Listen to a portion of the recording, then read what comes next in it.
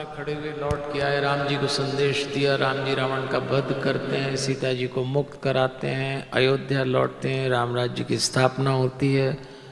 तुलसीदास जी ने तो सुखांत किया है। सुखदेव जी परीक्षित को राम कथा सुना के ये आश्वस्त करते हैं कि जीवन के संघर्ष को समझो, मर्यादा पुरुषोत्तम की लीला जान जाओगे तो कृष्ण जी के अवतार की लीला समझ जाओगे। और इसलिए कृष्ण जन्म के पहले राम जन्माया है।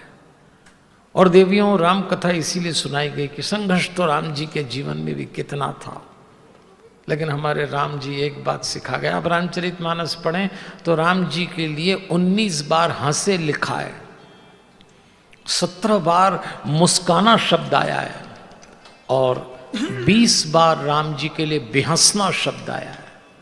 जिस व्यक्ति के जीवन में इतना संघर्ष हो, वो व्यक्ति हमको एक बात सिखा गया, दुख तो आएंगे लेकिन जरा मुस्कुराइए। आगे चलते हैं।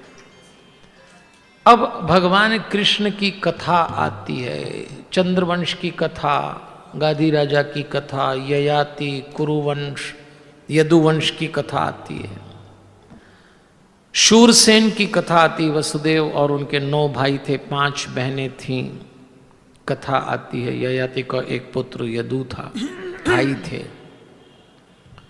देवक की देवकी थी। अब देखिए, उसी के यहाँ कंस रूपी संतान हुई, उनके यहाँ